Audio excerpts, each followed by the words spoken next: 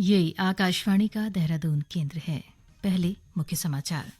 केंद्र सरकार ने गन्ने के लिए समुचित लाभकारी मूल्य 8% प्रति क्विंटल बढ़ाया। प्रधानमंत्री ने फैसले को ऐतिहासिक बताया। मुख्यमंत्री पुष्कर सिंह धामी ने हल्द्वानी से मुनस्यारी, पिथौरागढ़ और चंपावत के लिए प्रदेश की पहली हेली सेवा की शुरुआत की। सूचना और प्रसारण मंत्री अनुराग सिंह ठाकुर ने मंत्रालय के 4 पोर्टल शुरू किए। और सिखों के प्रसिद्ध तीर्थस्थल श्री हेमकुंड साहिब के कपाट आगामी 25 मई को श्रद्धालुओं के दर्शनार्थ खोले जाएंगे।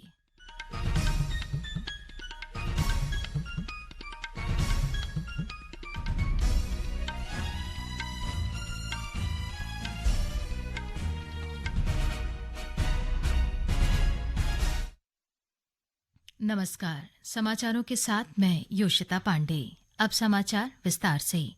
केंद्र सरकार ने गन्ने के लिए समुचित लाभकारी मूल्य 8% प्रति क्विंटल बढ़ा दिया है। वर्ष 2023-24 के लिए गन्ने का समुचित मूल्य 315 रुपये प्रति क्विंटल था, जिसे अब बढ़ाकर 340 रुपये प्रति क्विंटल कर दिया गया है। यह पिछले मूल्य से 8% अधिक है। संशोधित मूल्य इस वर्ष 1 अक्टूबर से लागू होगा। प्रधानमंत्री ने फैसले को ऐतिहासिक बताया। श्री मोदी ने कहा कि सरकार देश भर के किसानों के हित में प्रत्येक संकल्प पूरा करने के लिए प्रतिबद्ध है। उन्होंने कहा कि इस कदम से देश के करोड़ों उत्पादक किसानों को लाभ होगा। प्रधानमंत्री की यह टिप्पणी देश में सभी फसलों के न्यूनतम समर्थन मूल्य की मांग में किसानों के विरोध प्रदर्शन के बीच आई। प्रधानमंत्री नरेंद्र मोदी की अध्यक्षता में कल नई दिल्ली में आर्थिक मामलों से संबंधित मंत्रिमंडलीय समिति की बैठक में वर्ष 2024-25 के चीनी सीजन के लिए चीनी मिलों द्वारा भुगतान किया जाने वाला गन्ने का समुचित और लाभकारी मूल्य तय किया गया है। 10.25% की रिकवरी दर पर प्रति क्विंटल 340 रुपये मूल्य की मंजूरी दी गई है। मुख्यमंत्री पुष्कर सिंह धामी ने आज हल्द्वानी से मुनस्यारी, पिथौरागढ़ और चंपावत के लिए प्रदेश की पहली बहुप्रतीक्षित हेली सेवा की शुरुआत की। इस अवसर पर मुख्यमंत्री ने कहा कि ये सेवा सुलभता के साथ आपदा के समय राहत व बचाव कार्य के लिए प्रभावी साबित होगी। श्री धामी ने कहा कि इस हवाई सेवा से मानसखंड मंदिरमाला मिशन सर्किट धार्मिक यात्रा की राह आसान होगी।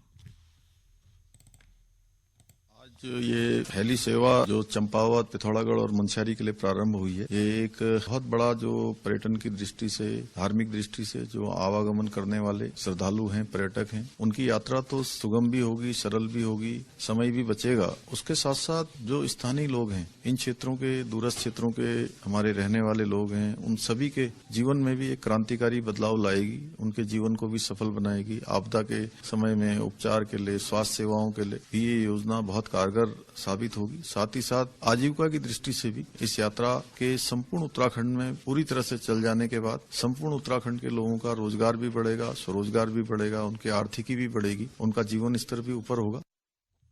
कार्यक्रम को रक्षा एवं पर्यटन राज्य मंत्री अजय भट्ट ने दिल्ली से वर्चुअल रूप में संबोधित करते हुए कहा कि क्षेत्रीय पर्यटन व हवाई संपर्क को बढ़ावा देने के लिए सरकार ने उड़ान योजना के तहत हवाई सेवा शुरू की गई थी।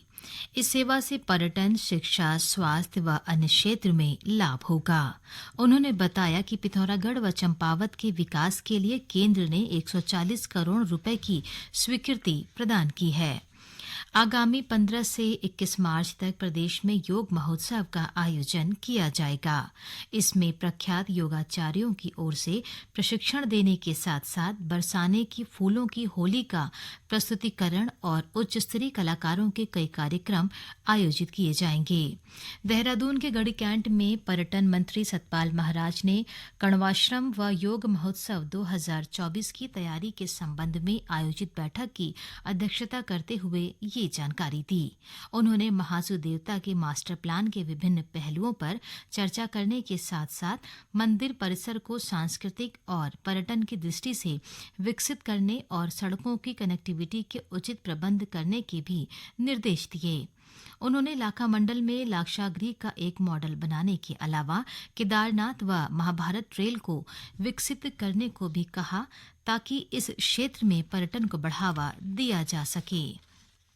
भारतीय जनता पार्टी के राष्ट्रीय महामंत्री संगठन बीएल संतोष ने उत्तराखंड दौरे के दूसरे दिन पार्टी मुख्यालय में संगठन के प्रदेश में संचालित 5 प्रमुख अभियानों को लेकर समीक्षा बैठक की। श्री संतोष का ये प्रदेश दौरा आगामी लोकसभा निर्वाचन की दृष्टि से महत्वपूर्ण माना जा रहा है। उन्होंने कहा कि भाजपा राज्य की 5 लोकसभा सीटों पर 2 बार से लगातार जीत दर्ज करती आ रही है। इसे बरकरार रखने के साथ ही बड़े अंतर से जीत का हैट्रिक की तैयारी में है।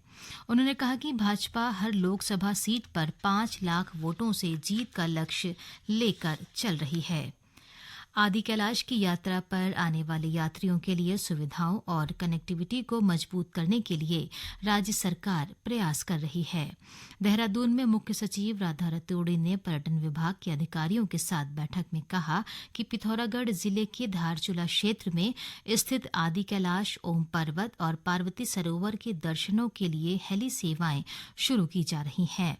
उन्होंने बताया कि आदि कैलाश और ओम पर्वत के दर्शन जोलिंगकोंग और नाबिडांग से कराए जाने की योजना है।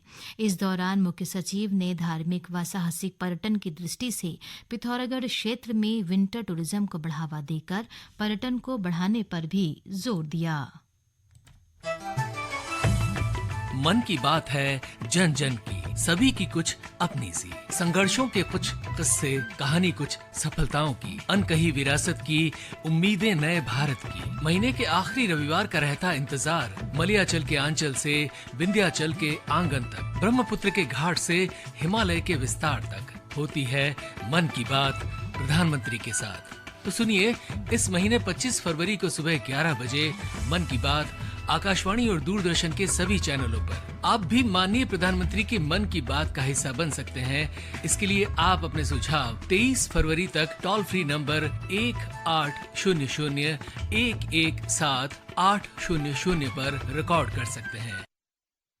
सूचना और प्रसारण मंत्री अनुराग ठाकुर ने आज केंद्रीय संचार ब्यूरो, भारत के समाचार पत्रों के पंजीयक का कार्यकाल, आरएनआई, न्यू मीडिया विंग और मंत्रालय के डिजिटल एड्रेसेबल प्रणाली के ऑनलाइन पोर्टल का शुभारंभ किया। इस अवसर पर श्री ठाकुर ने कहा कि भारत को विदेशों में एक उभरती प्रतिभा के रूप में देखा जाता है। उन्होंने कहा कि श्री मोदी सरकार द्वारा किए गए कई सुधारों ने भारतीय अर्थव्यवस्था को बढ़ावा दिया है।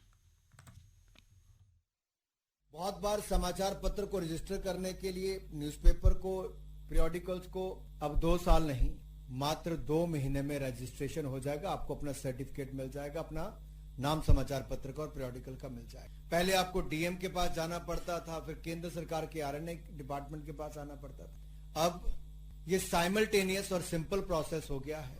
आपको ऑनलाइन पोर्टल पर जाकर अपना नाम और टाइटल क्या चाहिए वो डालना है। 60 दिन के अंदर के डिस्ट्रिक्ट मजिस्ट्रेट ने जवाब दिया तो दिया, नहीं दिया तब भी भारत सरकार आपको रजिस्ट्रेशन दे देगी।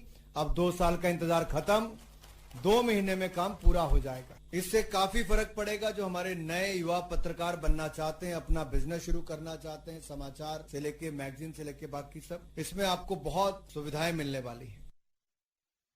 चमोली स्थित सिखों के प्रसिद्ध तीर्थस्थल श्री हेमकुंड साहिब के कपाट आगामी 25 मई को श्रद्धालुओं के दर्शनार्थ खोले जाएंगे, जबकि 10 अक्टूबर को कपाट बंद किए जाने की तिथि भी घोषित कर दी गई है। गौरतलब है कि हर साल भारी बर्फबारी के चलते हेमकुंड साहिब के कपाट शीतकाल के लिए बंद कर दिए जाते हैं। प्रदेश में मानव वन्यजीव संघर्ष को कम करने के लिए राज्य सरकार की पहल पर वन विभाग लगातार जन जागरूकता के लिए कार्यशालाओं का आयोजन कर रहा है। इसी के तहत बागेश्वर जिले में मानव वन्यजीव संघर्ष को कम करने के लिए कार्यशाला का आयोजन किया गया, जिसमें वन विभाग के अधिकारियों और विशेषज्ञों ने गुलदार, बाघ और अन्य वन्यजीवों के इंसानों पर हमले के कारण उनसे निपटने के तरीके जैसे अहम मुद्दों पर जानकारी दी। विशेषज्ञों ने बताया कि वन नहीं होंगे तो जानवर नहीं होंगे और जानवर नहीं होंगे तो वन नहीं होंगे। कार्यशाला को लेकर छात्रों में खासा उत्साह नजर आया। विवेकानंद पर्वतीय कृषि अनुसंधान संस्थान अल्मोड़ा के प्रयोगात्मक प्रक्षेत्र हवाल बाग में उन्नत तकनीक समृद्ध पर्वतीय किसान विषय पर आधारित 48वें कृषि विज्ञान मेला शुरू हो गया। मेले में वैज्ञानिक, किसान, शोधार्थी व अन्य लोगों ने हिस्सा लिया। इस अवसर पर प्रदेश भर के विभिन्न काश्तकारों व समूहों ने विकास प्रदर्शनी भी लगाई। इस दौरान कृषि क्षेत्र में उल्लेखनीय कार्य करने वाले किसानों व काश्तकारों को सम्मानित किया गया। कार्यक्रम में सांसद अजय टम्टा ने कहा कि संस्थान ने पर्वतीय कृषि को आगे बढ़ाने में अहम योगदान दिया है। मुख्यमंत्री पुष्कर सिंह धामी ने कहा है कि देश को विकसित भारत बनाने का संकल्प महज एक संकल्प नहीं, बल्कि भारत को पुनः विश्व गुरु बनाने का दृढ़ विश्वास है।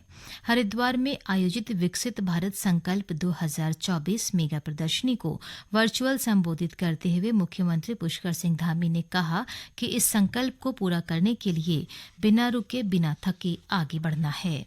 अंत में मुख्य समाचार एक बार फिर।